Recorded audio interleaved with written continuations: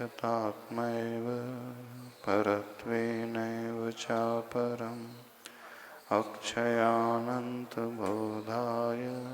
तस्मै सिद्धात्मने नमः। श्लोक नंबर 18 चल रहा था। यन्मया दृश्यते रूपं तन्न जानाति सर्वथा जानन्न दृश्यते रूपं ततः केन ब्रवीम्यहम्।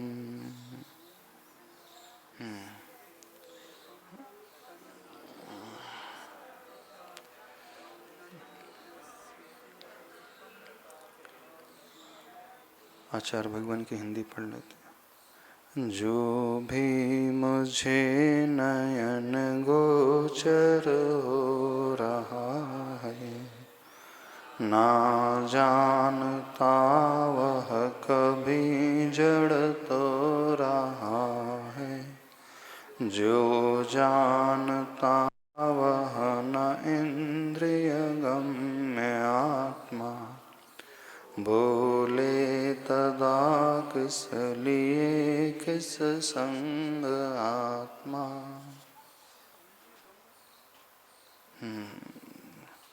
जो भी मुझे नयन गोचर हो रहा है, जो भी मुझे इन नयनों से आँखों से दिखलाई दे रहा है,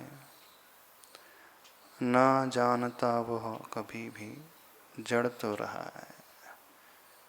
हमें इन आँखों से सिर्फ पुद्गल ही नजर आता है, 5 द्रव्य तो नजर आते ही नहीं। धर्म द्रव्य, धर्म द्रव्य, आकाश द्रव्य, काल द्रव्य तो अरूपी ही रहते हैं, वो तो नजर आने का प्रश्न ही नहीं। रहे 2 द्रव्य, जीव और पुद्गल। पुद्गल द्रव्य स्पर्श रस गंध वर्ण वाला है और रूपी है। रूपिणः पुद्गलाः। और जीव द्रव्य रूपी भी है, रूपी भी है। वैसे जीव आत्मा तो अरूपी ही होती है, फिर भी कर्मों से बद्ध होने के कारण रूपी हो गई है।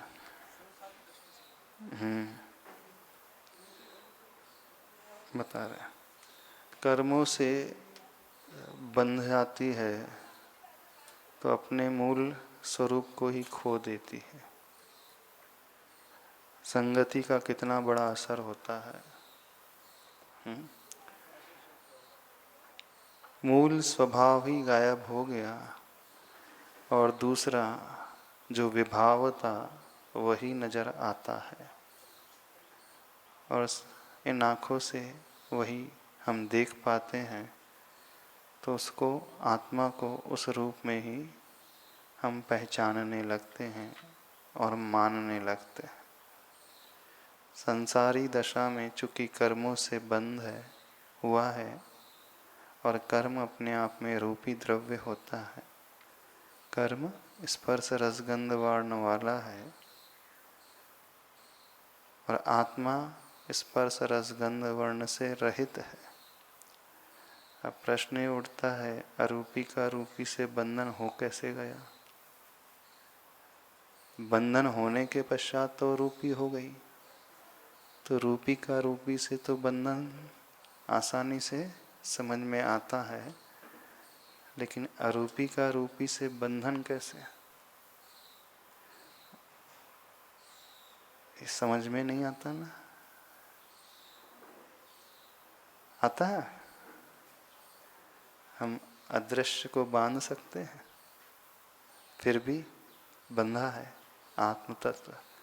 अदृश्य होते हुए भी बंधा है, तो कैसे बंधा है? वह अनादि से अदृश्य था ही नहीं, दृश्य था, इसलिए वह बंधा ही है। अब कैसे किमात्मक बंधा है?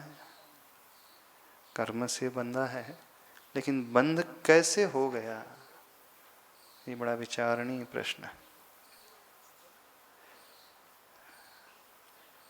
तो इस प्रश्न का उत्तर बस यही होता है कि वो अनादि से इसी अवस्था में मिलता हुआ आया है। यानी हर संसारी आत्मा अनादिकाल से कर्मों से बंधी हुई है, इसलिए वह रूपी है, लेकिन स्वभाव से वो अरूपी है। बंधन की अपेक्षा वो रूपी है, इस अपेक्षा से उसे ग्रहण करना। जो भी मुझे नयन गोचर हो रहा है, इन आँखों से दिखलाई दे रहा है, वह कुछ भी नहीं जानता, क्योंकि वह जड़ है। शरीर हमें आँखों से दिखता है, लेकिन शरीर स्वयं कुछ नहीं जानता, क्योंकि शरीर के पास कोई चेतना नहीं होती। जो जानता है वह न इंद्रिय गम्य आत्मा है। यानी इंद्रिय गम्य का अर्थ होता है इंद्रियों के द्वारा जो जाना जाए, इंद्रियों के द्वारा जिसका परिचय हो, इंद्रियों से हम उसकी पहचान कर सके, वो कहलाता इंद्रिय गम्य। तो हमारी आत्मा इंद्रिय गम्य नहीं है। आत्मा इंद्रिय गम्य नहीं है ना। आत्मा कभी इंद्रिय का विषय नहीं बन सकती, क्योंकि आत्मा का स्वरूप अरसमरूपम गंधम अवत्तम चेतना गुणमसद्धम जान लिग्गं गहनम जीव मन दिट्ठ संठानम। रस से रहित, रूप से रहित, गंध से रहित, अनिर्दिष्ट संस्थान वाला है। मात्र चेतना उसमें विधि परक है, बाकी सब निषेध परक है। तो यह आत्मा किसी इंद्रिय से नहीं दिखलाई दे सकती, न सुनी जा सकती, न छू सकते हैं इसे, न चख सकते हैं, न सूंघ सकते हैं। तो वही बात लिखी गुरुदेव ने, जो जानता वो इंद्रिय गम्य नहीं है। यानी हम जानने वाला हमारा आत्म तत्व अथवा हमारी आत्मा वो जानती है, लेकिन वो इंद्रियों से दिखलाई देती नहीं, और जो इंद्रियों से दिखता है वो जानता नहीं, क्योंकि वो जड़ ही तो है। ना जानता वह कभी जड़ तो रहा है, चूंकि वो जड़ है इसलिए उसमें कभी चेतना नहीं हो सकती। भले ही अनादिकाल से कर्म से बंधी हुई हमारी आत्मा है, तो भी कर्म में जानने की शक्ति पैदा नहीं होगी, न ही हुई है। मेल अनादिकाल से होते हुए भी स्वभाव में परिवर्तन नहीं आ सकता। जड़ हमेशा जड़ ही रहेगा और चेतन हमेशा चेतन ही रहेगा। बस इस स्वभाव के कारण ये कहा जाता है कि एक द्रव्य दूसरे द्रव्य का कुछ नहीं कर सकता। अर्थात एक द्रव्य कभी भी जड़ को चेतन नहीं बना सकता, न चेतन को जड़ बना सकता है। इवन तीर्थंकर भगवान भी जड़ को चेतन नहीं बना सकते। अनंत तीर्थंकर भी मिल जाए तो एक कर्म को वो चेतन जीव के रूप में परिवर्तित नहीं कर सकते। माइक लिखो, आवाज आया, कॉर्डलेस दे देना वहां पे। अनंत तीर्थंकर भी पुरुषार्थ कर लें कि कर्म पुद्गल हैं, कर्म वर्गणा हैं, और वो कर्म वर्गणा जो है आत्मा से बंधी हुई है, आत्मा से लगी हुई है, तो कभी तो वह कर्म पुद्गल चेतन बन जाए नहीं। गुरु जी पुद्गल में कैसे घटाएंगे उत्पाद व्यय द्रव्य? पुद्गल में तो स्पष्ट समझ में आ जाता है, उसमें कौन सी बड़ी बात। स्वभाव गलन पूरन है तो। हाँ, तो गलन हो रहा है मतलब हाँ, व्यय हो रहा है। हाँ, और नया जन्म हो रहा है। हाँ, पुद्गल है वो स्कंद बन जाता है, स्कंद टूट जाता है, दीवार है क्षरण हो जाता है, दीपक है वो बुझ जाता है, फिर राख के रूप में कन्वर्ट हो जाता है, तो राख का उत्पाद हो गया। अथवा सोने का हार था, गला दिया, वो सोने की बिस्किट बन गई, तो हार रूपी पर्याय का व्यय हो गया, बिस्किट रूपी पर्याय का उत्पाद हो गया। सोना बना हुआ है तो ध्रुवता बनी हुई है। इसमें तो बड़ा आसान है, रूपी पुद्गल में तो दिखता है। हाँ, अरूपी में समझ में नहीं आता। प्रश्न तो वहाँ होना चाहिए, रूपी में तो स्पष्ट दिखता ही है। आप सोने को गला करके बना सकते हैं, तो बनाते हैं कि दूसरा ऑर्नामेंट बना लेते हैं। तो पहली पर्याय नष्ट हो गई, नई पर्याय पैदा हो गई। और सोना पहले भी था, सोना अभी भी है, सोना नष्ट नहीं हुआ। तो स्वर्ण द्रव्य बना हुआ है और पर्याय बदल रही है। और जो उसमें दोनों में स्वर्णत्व था वो ध्रुवता का प्रतीक था, ध्रुव रूप। तो यहाँ पे कथन ये चल रहा है कि एक द्रव्य यानी जीव द्रव्य जो सबसे शक्तिशाली तीर्थंकर भगवान है, वे किसी कर्म वर्णा को जीव रूप परिवर्तित नहीं कर सकते। जड़ को कभी वो चेतन नहीं बना पाएंगे।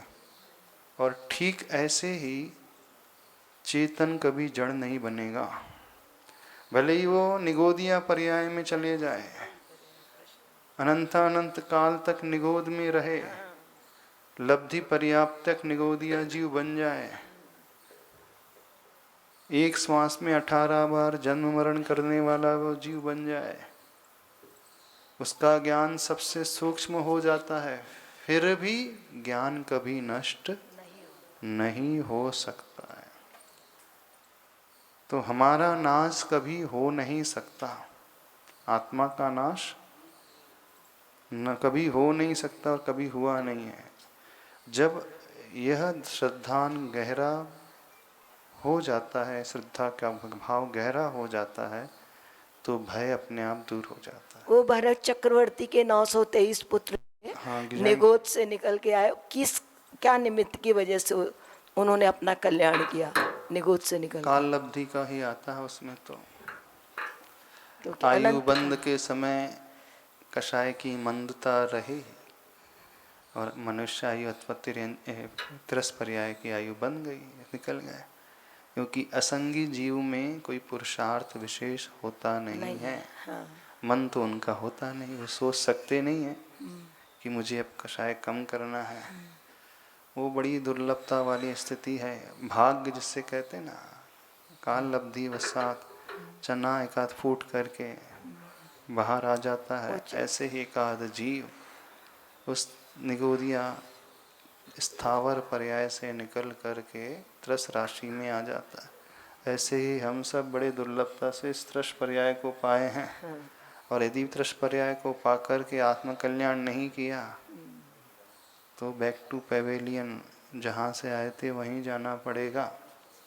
2000 सागरोपम कुछ अधिक का बस टाइम पीरियड मिलता है निगोद से निकलने के पश्चात त्रस राशि में। उसमें भी 2 इंद्री का टाइम भी, 3 इंद्री का, 4 इंद्री, पंचेंद्री, असंगी आदि, तिर्यंच आदि, उन सब की आयु भी उसी में गर्भित हो जाती है। टोटल पीरियड ये मनुष्यों का नहीं है, 2000 सागरोपम का समस्त त्रस राशि का परिकाल है। 2000 सागरोपम कुछ अधिक। उसमें यदि आत्मा ने कल्याण नहीं किया, सम्यक दर्शन प्राप्त नहीं किया, तो फिर उसे वहीं निगोद की पर्याय में जाना पड़ता है। इसलिए कहा जाता है कल्याण कर लो, देवगुरु शास्त्र मिल गए हैं तो कल्याण कर लो। एक बार सम्यक दर्शन प्राप्त हो गया तो फिर नियम अर्ध पुद्गल परावर्तन में वो अपना कल्याण कर लेगा। हाँ, निगोद जा सकता है, घूम करके निकल करके आ जाएगा।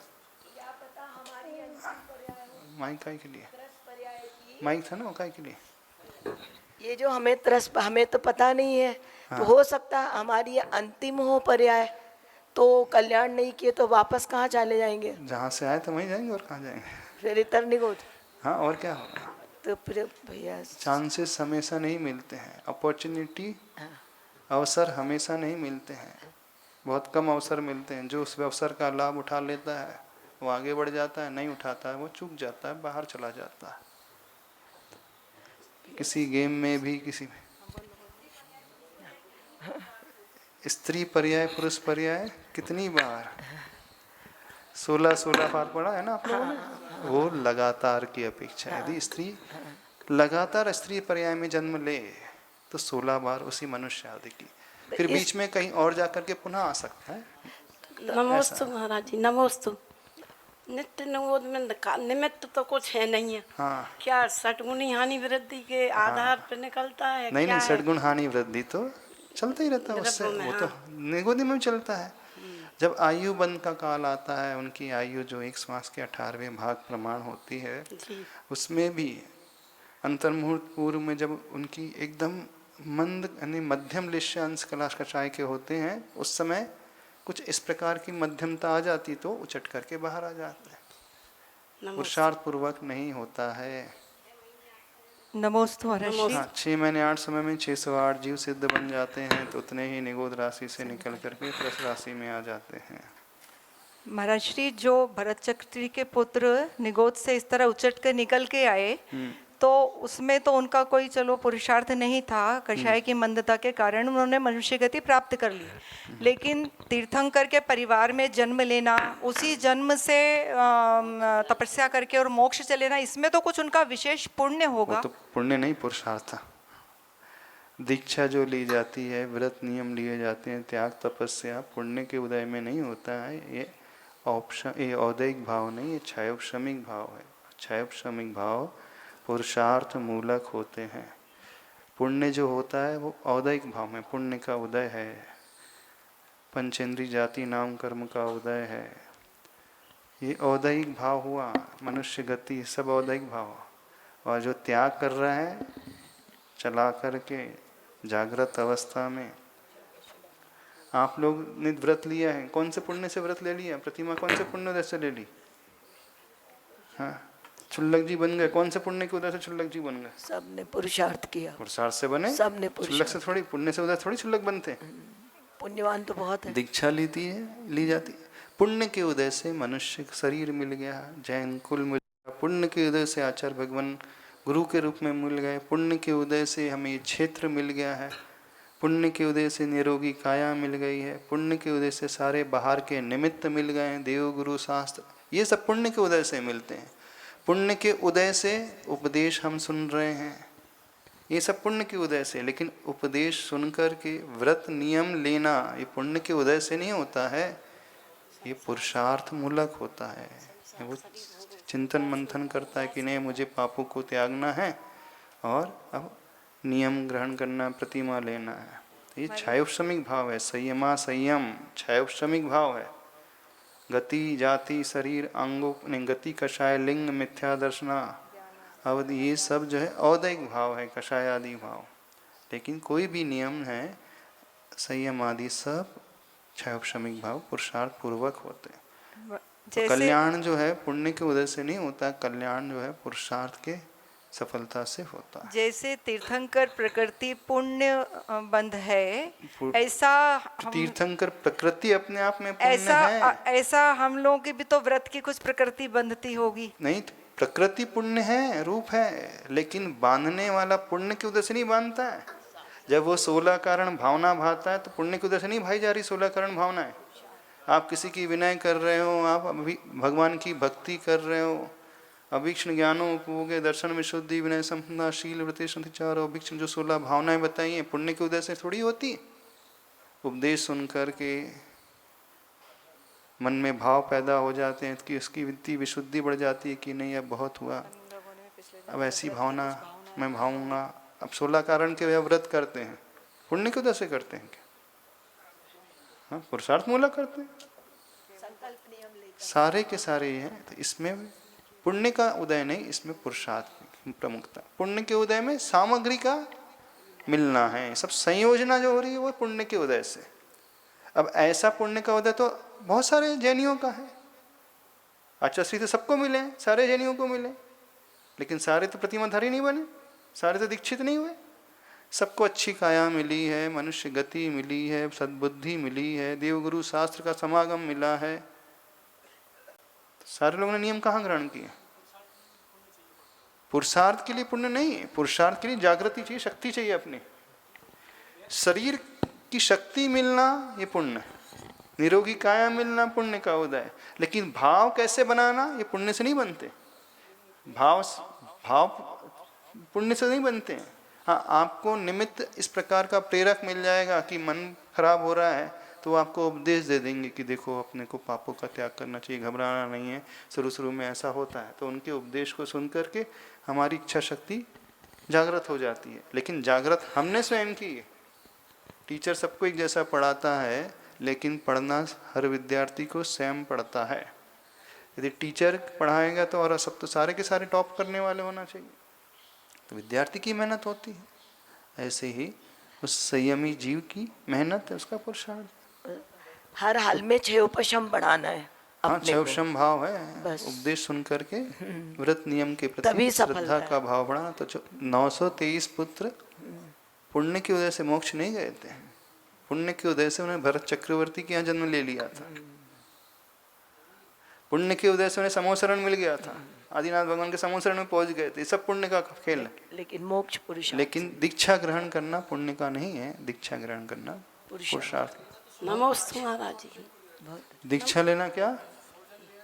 हाँ नमोस्तु महाराज जी। नमो। हाँ, आचार्य श्री 24 दीक्षा दे रहे हैं, लेकिन भावना 100 की है, तो उसमें पुरुषार्थ की कमी कहाँ आ रही, पूछ रहे हैं महाराज जी। तो पुरुषार्थ की कमी इस प्रकार से, उसका तो पुरुषार्थ वर्तमान का है, लेकिन उसके तीव्र अंतराय कर्म का तीव्र उदय है और चारित्र मोहनी कर्म का तीव्र उदय है, तो वह तीव्र उदय उसे दीक्षा लेने में बाधक बन रहा है। नमोस्तु महाराज। तो वहां पे कर्म का उदय आ गया ना। यहाँ पुरुषार्थ बहुत कर रहा है वो जीव, भाव कर रहा है कि मुझे भी लेना है, निवेदन भी कर रहा है, आचार्य श्री के पास कई बार जाकर के निवेदन करता है, गिड़गिड़ाता है, श्रीफल चढ़ाता है। श्रीफल चढ़ाने के बाद भी उस समय आचार्य श्री के भाव उसके लिए प्रति होते ही नहीं। क्यों नहीं होते? तो ऐसा तीव्र कर्म का उदय है उस जीव का। अब पुरुषार्थ पुण्य की आदिनाथ भगवान आहार के लिए निकले थे, अब भरत चक्रवर्ती को भी अवधि ज्ञान था, बाहुबली को अवधि ज्ञान था, सबको अवधि, सौधर्मिंद्र को भी अवधि ज्ञान का था, तो उन्होंने अपने अवधि ज्ञान क्यों नहीं लगाया? क्यों नहीं लगाया अवधि ज्ञान? वो सौधर्मिंद्र जो गर्भ कल्याणक से पूर्व में आकर के सारी व्यवस्था कर रहा था, 6 महीने पूर्व में गर्भ कल्याणक को मनाता, जन्म कल्याणक मनाता, दीक्षा कल्याणक के लिए भगवान की पालकी उठा करके ले जाता है। फिर दीक्षा होने के बाद भगवान बैठ गए तो कहाँ चला गया सौधर्मिंद्र? मस्त हो गया अपने में, तो अब तो पुरुषार्थ भूल गया वो आदिनाथ भगवान को। 6 महीने बाद, भाई अब 6 महीने हो गए, अब भगवान आहार के लिए उठे हैं, तो व्यवस्था बना दे, वो सबको बता दे कि नवदा भक्ति ऐसी होती है। तो उसमें आदिनाथ भगवान के तीव्र अंतराय कर्म का उदय था, तो उस उदय में सौधर्म हो, चाहे बाहुबली हो, चाहे भरत चक्रवर्ती हो, ध्यान उस ओर जाता ही नहीं है। कई बार हमें बहुत कुछ याद रहता है, जिस समय पूछा जाता है उस समय वो याद ही नहीं आता है, जब परीक्षा हो जाती बाद में याद आता है, अरे इसका उत्तर तो ये था। तो ये कर्म का तीव्र उदय होता है, तो याद करने पर भी वो याद नहीं आता, भाव बनाने पर भी भाव नहीं बनते, देने वाले की भी भाव नहीं बनते। तो उसमें उस जीव के कर्म का तीव्र उदय, चारित्र मौनी कर्म का उदय। पुरुषार्थ भी पुण्य के उदय में ही कार्यकारी होता है। हाँ, तो पुण्य के, वो तो पुण्य का संयोजन तो चाहिए। हाँ। पुण्य का उदय उसमें क्या हुआ? अंतराय कर्म का क्षयोपशम हुआ। तो अंतराय कर्म का दबना, अंतराय कर्म है अपने आप में पाप कर्म है, चारित्र मोहनी कर्म अपने आप में पाप कर्म है। तो जब इनकी अनुपस्थिति होगी तो उसके अन्य अच्छे कर्म के उदय में उसको सारी सफलता मिलेगी। लेकिन भाव जो स्वयं बनाए जाते हैं वो पुरुषार्थ मूलक पुण्य के उदय में नहीं बनते। पुण्य के उदय में प्रवचन सुनने के लिए मिल जाएगा, समझाएंगे भी आचार्य श्री की दीक्षा ले लो ले लो ले लो, जिससे बोलते हैं उसके भाव नहीं होते, और जिसके भाव होते उसको मिलती नहीं। होता है कि नहीं? 9 श्लोक दीक्षा में भी यही हुआ था कि नहीं? अचानक मिल गई थी कुछ लोगों को, 4 लोगों को। हाँ, ना कर रहे थे, ना करते, अंत में मिल गई, अपने आप ही मिल गई, तो लास्ट मोमेंट में भाव बन गए। तो ऐसा तीव्र पुण्य का, इसमें तीव्र पुण्य आ गया वहां पे आड़े, उसका पुण्य का खेल है यहाँ पर। यानी भावना नहीं थी पहले देने की, लेकिन ऐसा तीव्र पुण्य आया कि उस समय अच्छे से कि भाव हो गया, चलो ठीक है 5 थे 4 और ले लो। यहाँ पुण्य का खेल था। हाँ हाँ, बाद में 9 के बाद और निवेदन करने का बाबा जी लोग तो मना कर दिया आचार्य श्री ने, बोले अब नहीं, हो गया 9 ने शाश्वत अंग सोच लिया, 9 इससे ज्यादा नहीं। अब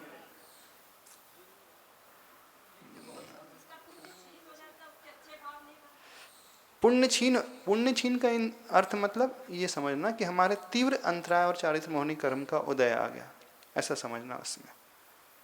तो चारित्र मोहनी के तीव्र उदय में फिर भाव भी नहीं बनेंगे। वैसे खूब प्रवचन सुन रहा है, कई लोग तो सुनते बहुत हैं पर वो बोलते महाराज जी भाव भी नहीं होते, पता नहीं क्यों। समझ में तो सब कुछ आता है, लगता भी करना चाहिए, लेकिन फिर हिम्मत ही नहीं होती। कुछ लोगों को हिम्मत नहीं होती, कुछ लोगों के भाव नहीं होते अंदर से। दोनों ही प्रकार के जीव हैं। नमोस्तु महाराज जी, नमोस्तु। 6 महीना 8 समय में 608 जीव मोक्ष जाते हैं, सिद्धांत है। हाँ और पद्म प्रभु भगवान की पूजा में 14 गुण स्थान वर्ती जीवों की संख्या आई, हाँ तो 14वें गुण स्थान वर्ती जीवों की संख्या 5 से 98 आई। हाँ, इसका मिलान कैसे हो? अधिक से अधिक 6वें गुण स्थान से लेकर 14वें गुण स्थान सारे जीवों की जो संख्या है अधिक से अधिक एक समय में कितने हो सकते हैं? तो 3 कम 9 करोड़। उन्हीं 3 कम 9 करोड़ मुनिराज की हम सभी जय बोलते हैं। अर्घ्य चढ़ाते ना 3 कम 9 करोड़, तो वो कौन से जीव रहेंगे? 6वें गुण स्थान से लेकर 14वें गुण स्थान पर जीव 3 कम 9 करोड़ नहीं रहेंगे, जीव तो उससे कम ही रहेंगे, क्योंकि जो 6वें में चढ़ा था, 6वें में था, वही 7वें में जाएगा। ऐसा नहीं कि जब वो 7वें पहुंचा तो 6वें में नई एंट्री हो गई। 6वें 7वें अप एंड डाउन हो रहे हैं ना, जीव तो उससे कम रहेंगे हमेशा। जीव कभी भी 3 कम 9 करोड़ नहीं हो सकते। नाना जीवों का कलेक्शन है, नाना पूरे गुण स्थानों को मिलाकर के उस अपेक्षा से 3 कम 9 करोड़ होता है। ऐसा नहीं हो सकता महाराज श्री कि मैक्सिमम अगर 2.5 द्वीप में कभी संख्या साधुओं की होगी तो 3 कम 9 करोड़ ही होगी, इससे ज्यादा नहीं होगी। साधु 3 कम 9 करोड़ नहीं हो सकते कभी, संभव ही नहीं है। 3 कम 9 करोड़ का गणित कैसे बनता है? 6वां गुण स्थान, 7वां गुण स्थान, 8वां 9वां 10वां 11वां 12वां 13वां 14वां, ऐसे 9 गुण स्थान में। अब जो 6वें गुण स्थान में बाद में वही 7वें में जाएंगे, बिल्कुल 7वें वाले 6वें में आएंगे,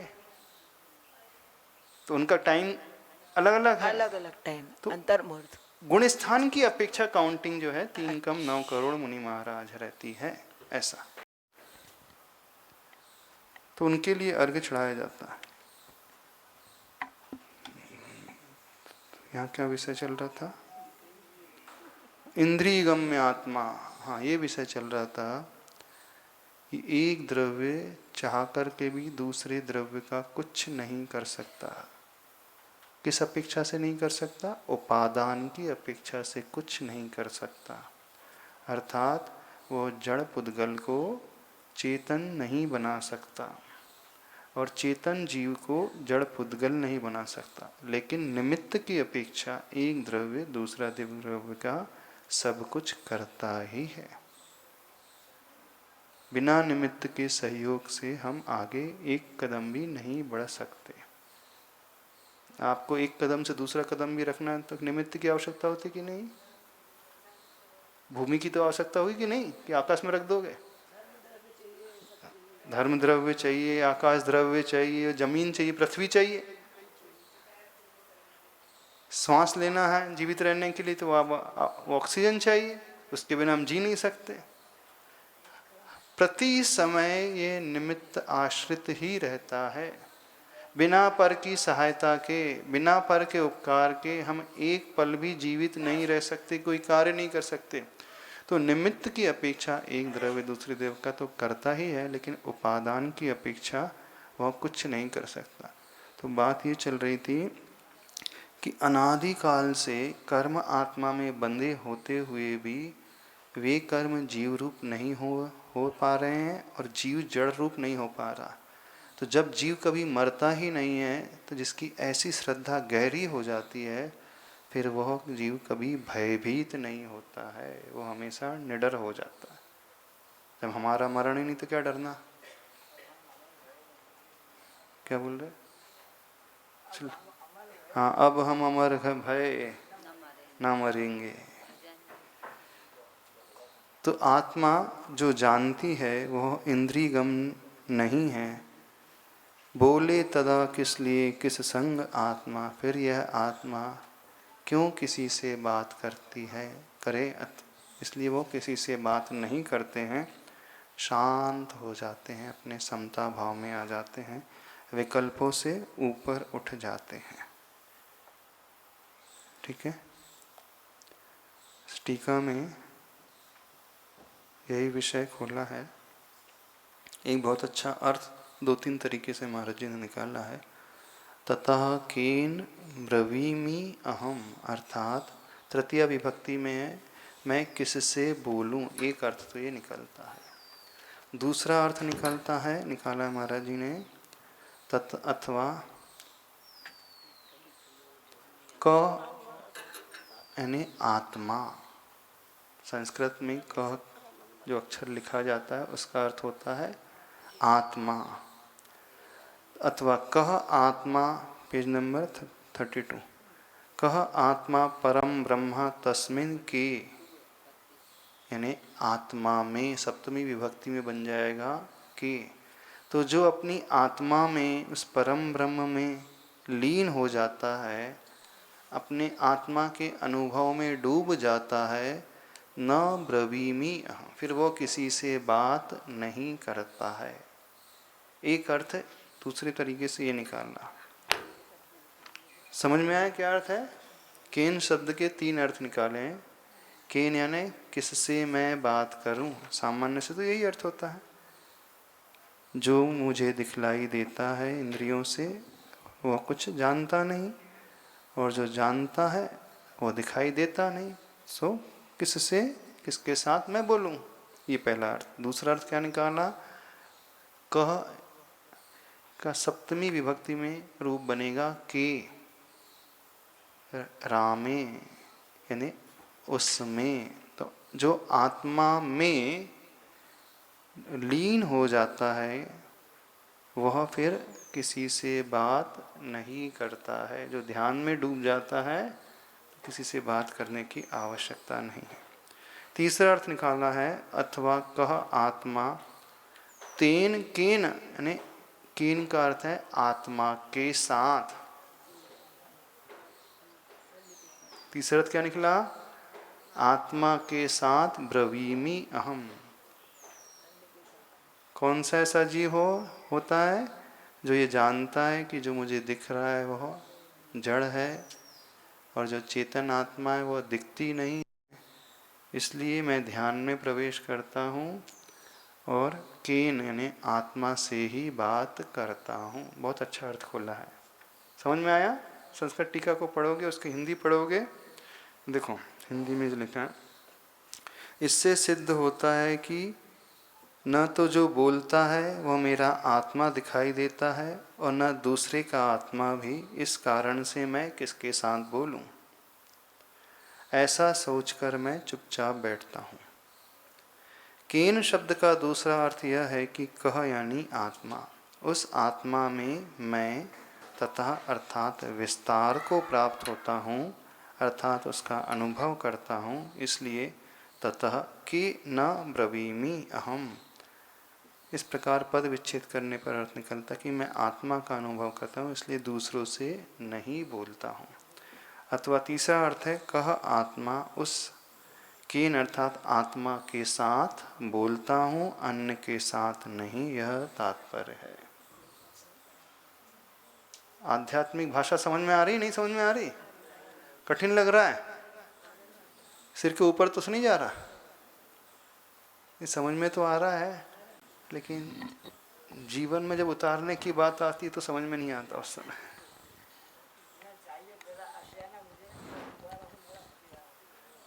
तेरा चाहिए, हाँ, न चाहिए तेरा आसियाना मुझे, हाँ, बस मुबारक हो मेरा फकीराना मुझे।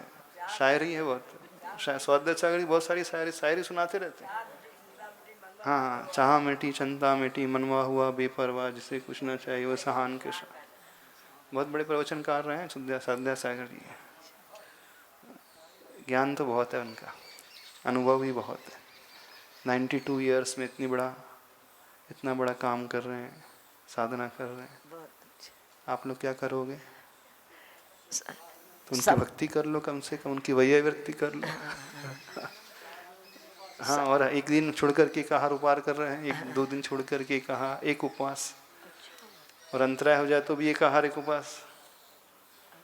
इतनी गर्मी में 92 में 6 रस का त्याग है। अच्छा, 5 रस का त्याग नहीं, 6 रस का त्याग है। बस दूध को छोड़ करके बाकी 6 रस का त्याग है। हरि भी त्याग है तो 6 रस, तो 7 रस होते, 6 रस नहीं होते। तो छाछ कोई रस में नहीं आती, छाछ में रस में नहीं आती। हाँ, तो कितने लोगों का त्याग है 5 रस का त्याग यहाँ पे? किसी का नहीं, 5 रस के त्यागी कितने बैठे हैं? कोई नहीं। आप बोलेंगे हमारे जी सेवफल का है, अनार का है, पपीते का है। हाँ, इन रस का तो त्याग कर दोगे आप लोग। पाइनएप्पल का है और तरबूज का, खरबूज का, मौसम्बी का, संतरे का, इन रस का त्याग कर दो। वो वाले 5 रस तो वो तो उसके बिना तो पूछो, एक दिन नमक नहीं मिले तो क्या हालत होती है? एक दिन नमक ना मिले आहार में तो क्या हालत हो जाती है? उल्टी हो जाती, उल्टी हो जाती है, अथवा आहार जाता ही नहीं है मुख के अंदर। तो देखो रसों का त्याग करना कितना मुश्किल होता है। तो जो अंतरात्मा होता है इंद्रिय द्वारों से बाहर नहीं जाता, पंचेंद्रिय की रसना इंद्रिय के वशीभूत नहीं होता, वो आत्मा के वशीभूत होता है, तभी वह आत्मा की आराधना कर सकता है। इसके लिए मन को बहुत मजबूत बनाना होगा। मन को मजबूत तब बनाता है व्यक्ति जब उसे संसार से डर लगता है। अभी किसी को संसार से डर ही नहीं लग रहा है, सबको संसार बहुत अच्छा लग रहा है। लगता है कि नहीं संसार अच्छा? सबको बहुत अच्छा लगता है, बीवी बच्चे घर परिवार खाना पीना घूमना फिरना, उसी में आनंद आता है सबको। संसार से जिसे डर लगेगा, संवेग भाव जिसका पैदा होगा, वो ही व्यक्ति मन को जीत सकता है। बिना संवेग भाव के मन को जीता ही नहीं जा सकता है, संयमी बना ही नहीं जा सकता। पापों के दुख, पापों के माध्यम से जो फल मिलता है चारों गतियों में, उन कष्टों को देख करके जिसे डर लगेगा वही व्रत नियम अंगीकार कर सकता है, प्रतिमा दीक्षा ले सकता है। और जो नहीं ले रहा है इसका मतलब उसे संसार बड़ा प्यारा लग रहा है। अच्छा लग रहा है ना सबको संसार? हाँ, भले ही कहो नहीं लगता है, फिर डूबा है तो इसका अर्थ क्या है? बिना अच्छा लगे वह उसमें डूब ही नहीं सकता। हाँ, एक वो स्थिति भी हो सकती है कि जिसे अच्छा नहीं लग रहा है लेकिन वो मजबूरी बस फंस गया है। एक वो परिस्थिति भी हो सकती है, अच्छा तो नहीं लग रहा लेकिन अब क्या करें, फंस चुके हैं, चाह करके भी नहीं निकल पा रहे हैं, वो वाली बात अलग है। तो वो संवेग भाव की कोटि में नहीं आएगा? आ जाएगा वो संवेग भाव में, क्योंकि चौथे गुण स्थान में भी संवेग भावना तो होती है। पर ऐसा जीव वो होता है जो संसार में रहते हुए, घर गृहस्थी में रहते हुए भी मजबूरी में रहता है, आनंद मनाते हुए नहीं रहता है। वो हमेशा ये भावना करते रहता है कब मेरा छूटे जंजाल, कब छूटे कब छूटे। भले ही छोड़ नहीं पा रहा है लेकिन अंदर ही अंदर सोचता है कब छूटेगा कब छूटेगा, वो दिन कब आएगा कि मैं भी मुनि बन करके दीक्षित होकर के हाथ में पिच्ची कमंडल लेकर के विहार करूँगा, संत साधु बनकर विचरूँ। वो घड़ी कब आएगी? कब आएगी? अरे कब आएगी घड़ी? संत साधु बन के विचरे, हाथ में मयूर पिच्छी। हाँ, भरत चक्रवर्ती घर में वैरागी, सब उदाहरण को बोलते रहते हैं। हाँ, और भरत चक्रवर्ती ऐसे लड़ते भी रहते हैं भाई भाई से। दौलत राम जी ने कहा है ना, नगर नारी को प्यारे था कादे में है अमल। ऐसे भी सम्यक दृष्टि घर में मजबूरी में रहते हैं। कहाँ है मजबूरी में? हमको एक भी चेहरा नजर नहीं आता जो मजबूरी में रहता हो घर में। सब आनंद से रहते, बढ़िया खुश होकर के रहते।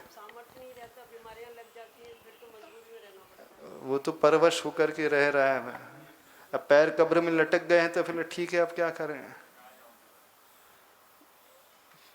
पहले क्यों नहीं याद आया सब, जब शरीर स्वस्थ था? उस समय व्यक्ति रचा पचा रहता है अपने। हाँ,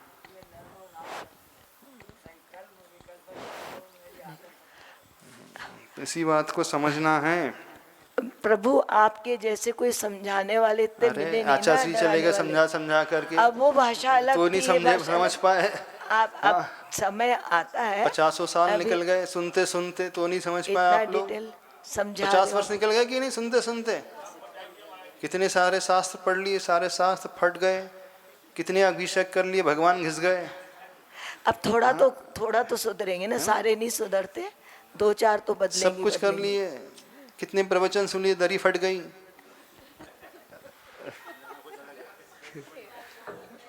फिर भी कुछ नहीं फर्क पड़ा।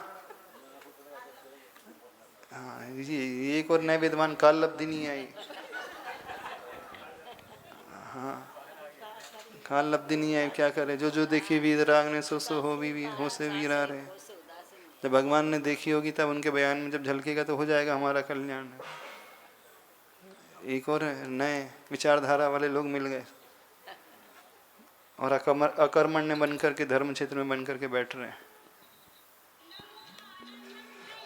तो जिसके भीतर अध्यात्म होता है, आचार्य भगवान हमेशा कहते थे, वह शांत नहीं रह पाएगा, वो तो घर बार को छोड़ करके आगे बढ़ जाएगा। घर में रुक ही नहीं पाएगा अध्यात्म में जीने वाला व्यक्ति। और आप कहते हो कि नहीं हम तो घर में हैं लेकिन बड़ी आध्यात्मिक भावना से भरे हुए रहते हैं, सब कहने सुनने की बातें हैं। अध्यात्म का अर्थ होता है जो आत्मा के निकट रहता है। बच्चों के निकट नहीं रहेगा, पत्नी के निकट नहीं रहेगा वो। हाँ, वो आत्मा के निकट रहेगा। पंचेंद्रिय के विषय के निकट थोड़ी रहेगा वो। जो अध्यात्म में रहने वाला, आत्मा के निकट रहने वाला,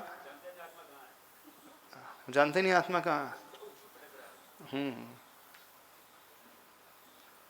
अध्यात्म की बातें करना अलग है और अध्यात्म से बातें करना अलग है। बाकी टीका आप लोग पढ़ लेना। चले आगे चले। इदानीम अंतर विकल्प विमोचन उपाय उच्यते। अब अंतर विकल्पों को छोड़ने का उपाय बताते हैं। 19वां श्लोक। यत्परहे प्रतिपाद्योऽहम्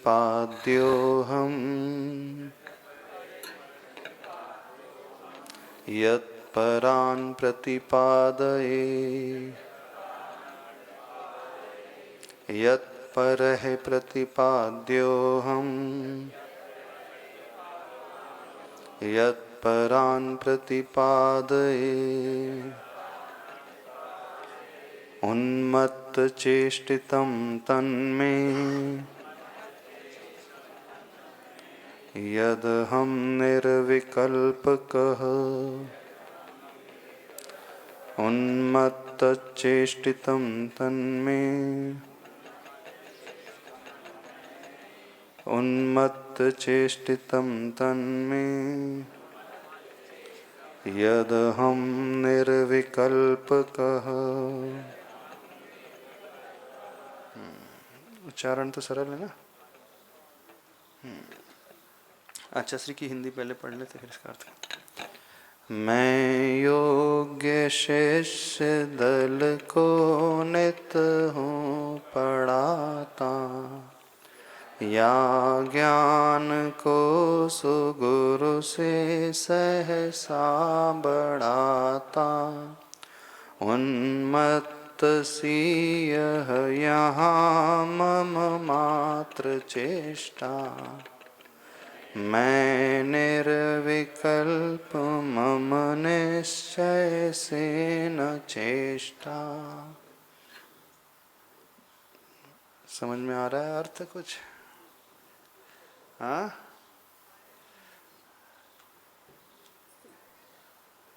मैं योग्य शिष्य दल को नित ही अथवा नित हूँ पढ़ाता, या ज्ञान को सगुरु से सहसा बढ़ाता। ये सारी चेष्टाएं उन्मत्त की भांति हैं। उन्मत्त का अर्थ जानते हो क्या होता है? हिंदी में उन्मत्त किसे कहते हैं? उन्मत्त का अर्थ पागल। पागल होता है वो उन्मत्त होता है। उत्तेजित नहीं, पागल। जिसका कंट्रोल स्वयं पर नहीं होता है वह उन्मत्त हो जाता है। इधर उधर वो भागते ही रहता है पागलों की भांति। कौन सी चेष्टा पागलों की भांति हो रही है? पागल को देखा कभी? कितने लोगों ने देखा पागल को? कितनों ने देखा है? खुद को देखा? बहुत अच्छा। क्या आईने में देखा?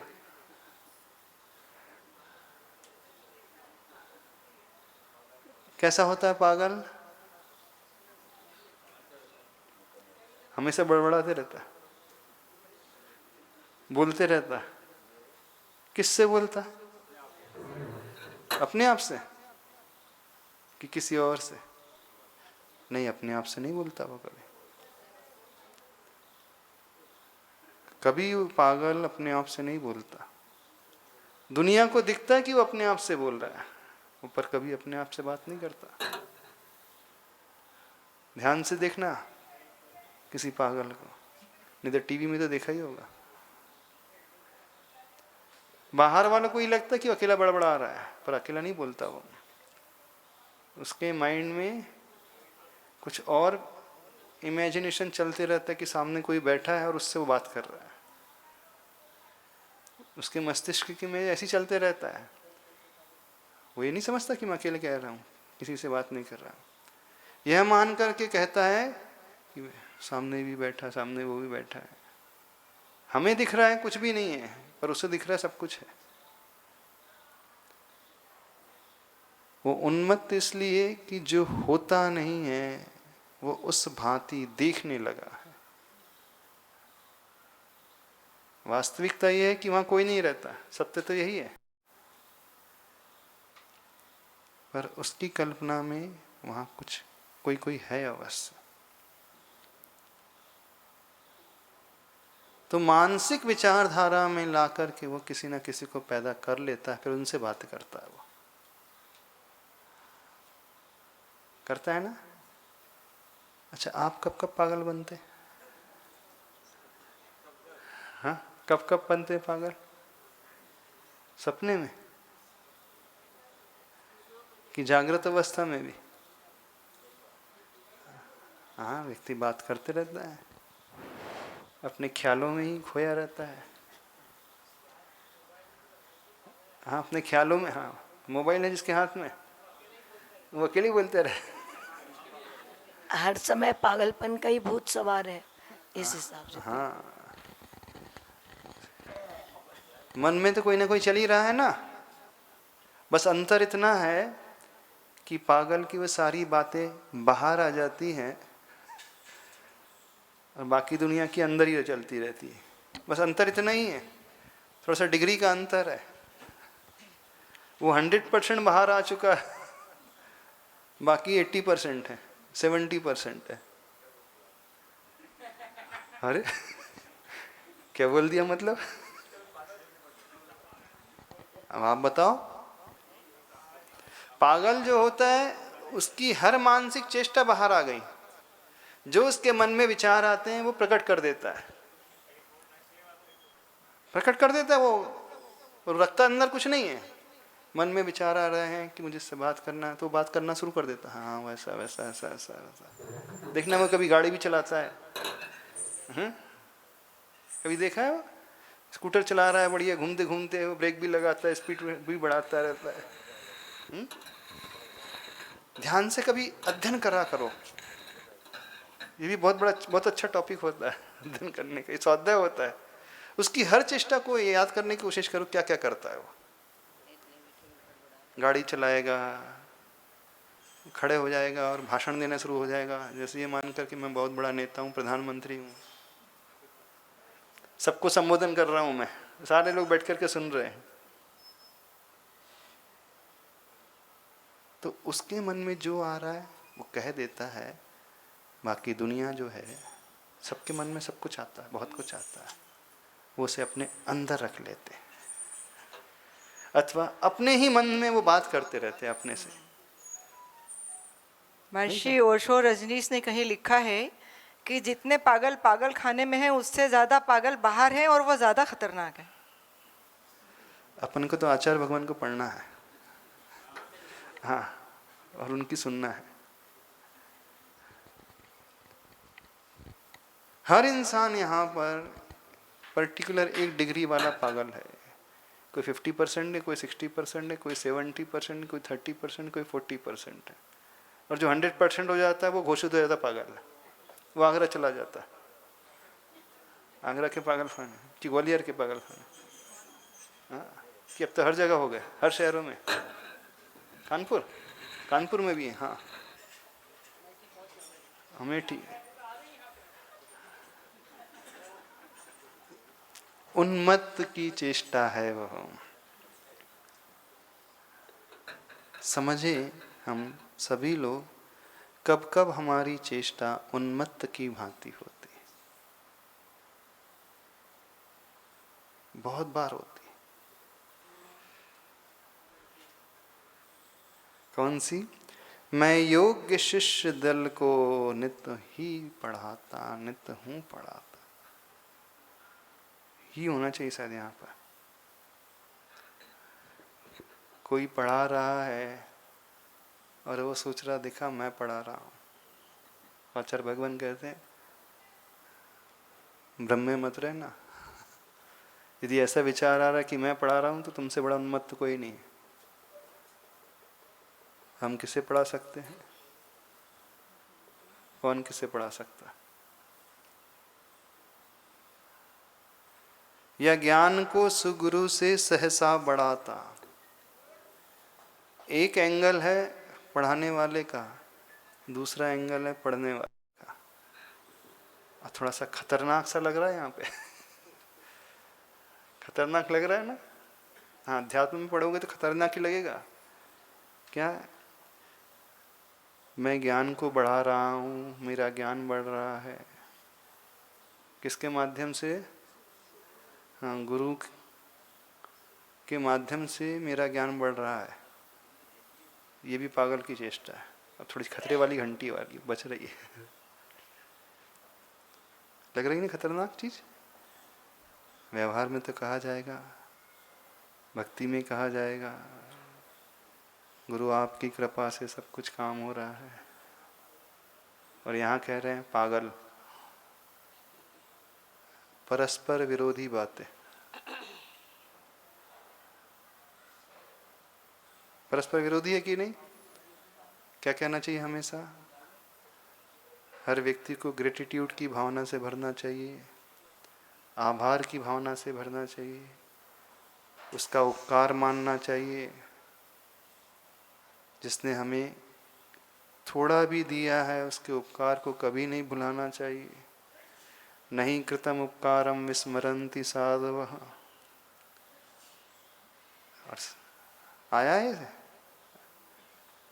शास्त्रों में आया है, साधु पुरुष, सज्जन पुरुष अपने ऊपर हुए थोड़े भी उपकार को भूलते नहीं हैं। वे हमेशा कृतज्ञता के गुण से भरे हुए होते हैं। उनके भीतर कृतज्ञता कभी नहीं आती है। वे हमेशा उसे धन्यवाद देते रहते हैं, उसके चरणों में झुके रहते हैं, उनके चरणों को प्रणाम करते रहते हैं और कहते रहते हैं भैया गुरुवर आप ही ने दिया है। अब यहाँ कह रहे हैं ज्ञान को सुगुरु से सहसा बढ़ाता। इस कारण अध्यात्म ग्रंथ बड़े डेंजरस रहते हैं, खतरनाक रहते हैं। यदि मर्म को सही तरीके से न समझा जाए तो अर्थ का अनर्थ होने में ज़्यादा देर नहीं लगती। अध्यात्म को पढ़ने से पहले व्यवहार के उनको पढ़ना हाँ। जरूरी है, तभी समझ में आएगा। अध्यात्म को पचाना लोहे के चने को पचाने की भांति होता है। अरे कुछ नहीं पढ़ा। लोग समझते हैं कि अध्यात्म हलवा जैसा होता है। सिद्धांत को लोग, अथवा ये कहा जाता है व्याकरण शास्त्र व्याकरण सीखना, संस्कृत व्याकरण सीखना कैसा है? लोहे के चने चबाने की भांति है। संस्कृत सीखने के लिए 12 वर्ष लगते हैं, व्याकरण सीखने के लिए। हाँ, पूरी व्याकरण A to Z यदि सीखना हो तो 12 वर्ष चाहिए। लेकिन संस्कृत पढ़ना का अर्थ क्या हुआ? लोहे के चने चबाना। लेकिन वो नहीं, अध्यात्म को समझना का अर्थ है कि लोहे के चने चबाना। सभी लोग प्राय अध्यात्म को कैसा मानते हैं? हलवा की भांति। क्यों हलवा चबाना पड़ता है क्या? चने तो चबाना पड़ेंगे, हलवा कभी नहीं चबाना पड़ता। जैसे लिया तुरंत अंदर चला जाता, कोई मेहनत नहीं करना पड़ता हलवे को खाने में। क्या विमल जी करना पड़ता है? कभी नहीं करना पड़ता। चने को चबाने में बहुत मेहनत कर। आध्यात्मिक ग्रंथ लोहे के चने हैं, हलवा बिल्कुल नहीं है। हाँ, कथनचित बाहर से हलवे जैसे प्रतीत होता है, लेकिन हलवे को डाइजेस्ट करने में सबसे कठिन परिश्रम करना पड़ता है। चने को डाइजेस्ट करने में परिश्रम नहीं करना पड़ता। बादाम का हलवा खा लो आप, बढ़िया बड़ी प्लेट भर के, अष्टप्रहरी घी वाला। अरे ऑलरेडी ड्राई फ्रूट का हलवा है वो, उसमें और क्या ड्राई फ्रूट डालेंगे? अच्छा, बादाम के हलवे में ड्राई फ्रूट और चाहिए एक्स्ट्रा, बादाम की कतरन और चाहिए, पिस्ता भी चाहिए। तो बादाम का हलवा खाना में बड़ी आसानी है, लेकिन पचाने में सबसे ज्यादा कठिनाई होती है। अच्छे को 10 लग जाए।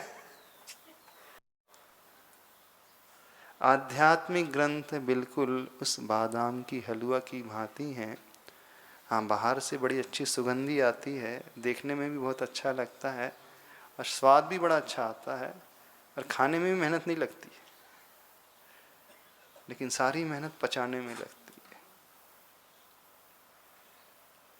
तो आज 4 महीने के बच्चे जो हैं वो हलवा ही खाए जा रहे हैं सब, वही बादाम का हलवा, जिसके लिए डॉक्टर ने कहा है गाय का दूध वो भी पानी मिला हुआ पीना है, और सब हलवा खाए जा रहे। तो क्या होगा? अर्थ का अनर्थ ही हो रहा है। तो यहाँ आचार्य भगवान कह रहे हैं सब उन्मत्त की चेष्टा है, पागलपन की चेष्टा है। इसके अर्थ को और अच्छे से गहराई से देख लेते, अभी इतना ही रखते, समय हो गया। ले आचार्य परमेष्ठ गुरुदेव विद्यासागर जी महाराज को क्या है?